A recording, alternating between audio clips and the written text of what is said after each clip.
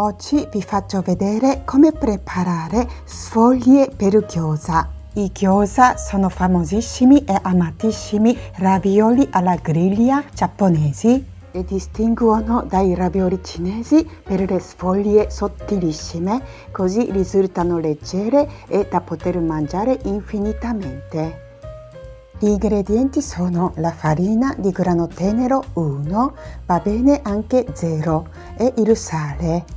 Nella ciotola mettiamo 180 g di farina di grano tenero 1, un pizzico abbondante di sale fino, che sarebbe un po' meno di 2 grammi. Li mescoliamo un po'. Mettiamo 100 ml di acqua calda di circa 70 gradi in unico colpo. 70 gradi sarebbe prima che bolle l'acqua. E li mescoliamo subito con la paletta. Dopo un po' li mescoliamo con la mano. Mescoliamo energicamente e continuiamo finché non diventerà un brocco. Oggi facciamo 28 sfoglie che sono 2 porzioni abbondanti. Ma quando preparo gyoza per più di 3 persone comincia a essere molto impegnativo a preparare numerose sfoglie. In quel caso vado a comprare le sfoglie per gyoza congelate in un negozio di alimentari orientali gestiti dai signori cinesi. Le scongelo mettendo in frigo dal giorno prima e basta preparare la farcitura con la carne e verdure o con il pesce e verdure, così posso preparare numerose gyoza.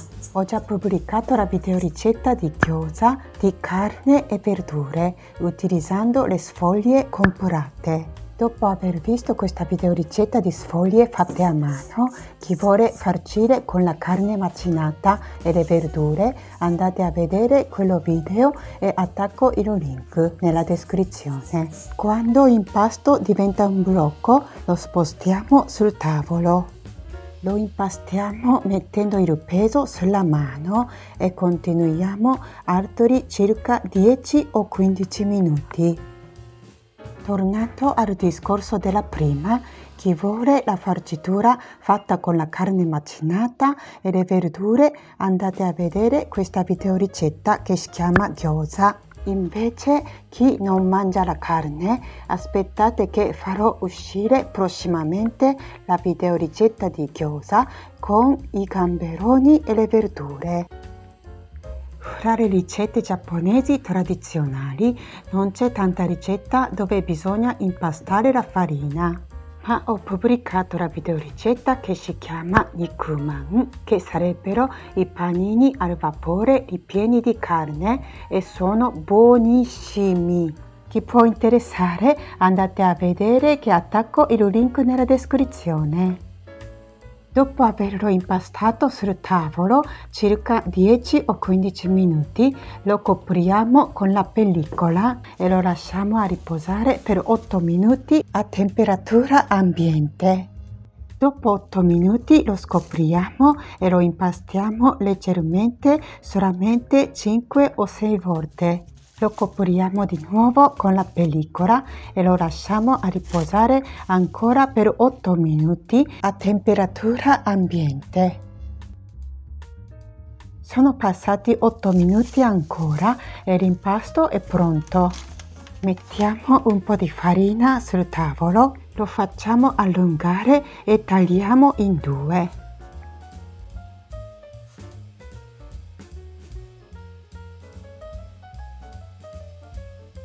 E ogni pezzo allunghiamo bene e lo dividiamo in 14.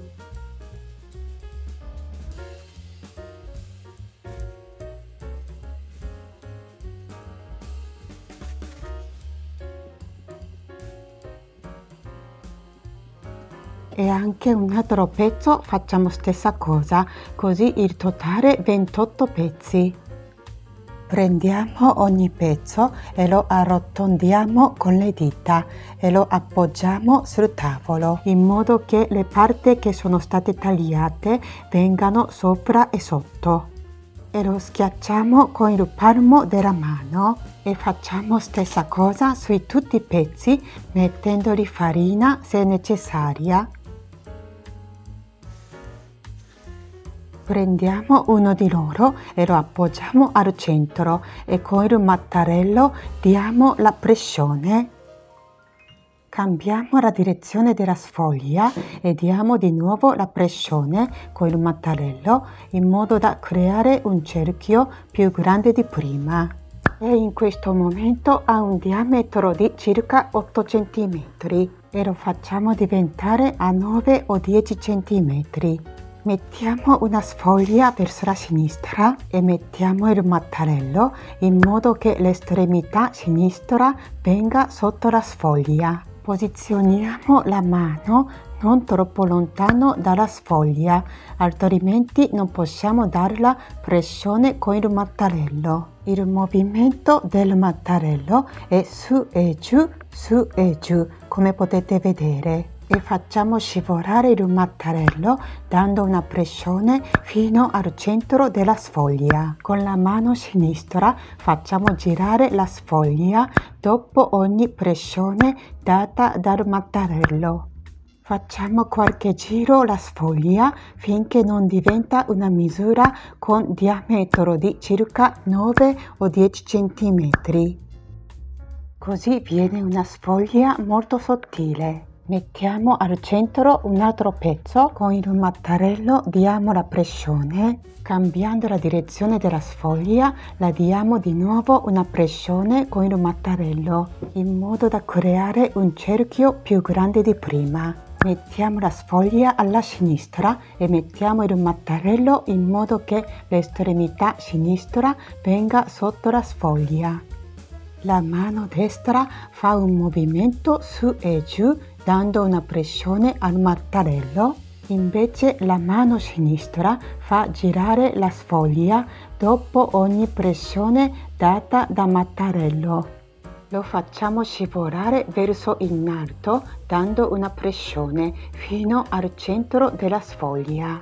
È molto più semplice di quello che ci sembra, è importante che diamo una forza di pressione sempre uguale. Così prepariamo tutte le sfoglie. Quelle già fatte le mettiamo sul piatto spolverato di farina.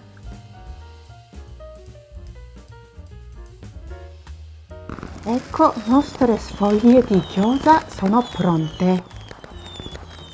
Una sfoglia è davvero sottile, come potete vedere, ed è una caratteristica dei gyoza. Infatti mangiare 14 pezzi a testa è una passeggiata, soprattutto se mangiamo solo gyoza. Ma noi giapponesi quasi sempre li mangiamo insieme il riso bianco e una zuppa, oppure con il ramen se siamo in una trattoria del ramen.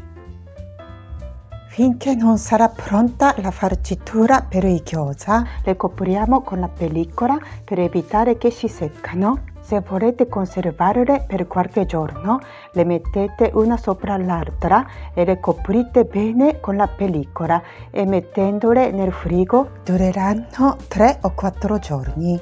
Invece, se volete congelarle in freezer, le mettete una sopra l'altra e dividete in 4, quindi ogni 7 sfoglie le coprite bene con la pellicola. Dureranno circa un mese. Quando volete scongelarle, le spostate nel frigo. Dopo qualche ore scongeleranno. Dividendole anche sarà veloce da scongelarle. Nel prossimo video vi spiegherò passo dopo passo come preparare la farcitura con i gamberoni e le verdure, come chiudere le sfoglie e come cuocerle con la padella.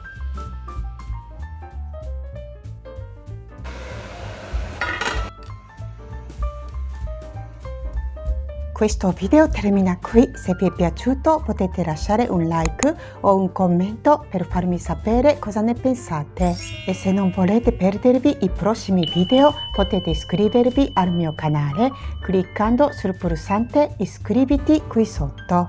Ci vediamo presto con la prossima video ricetta. Ciao a tutti!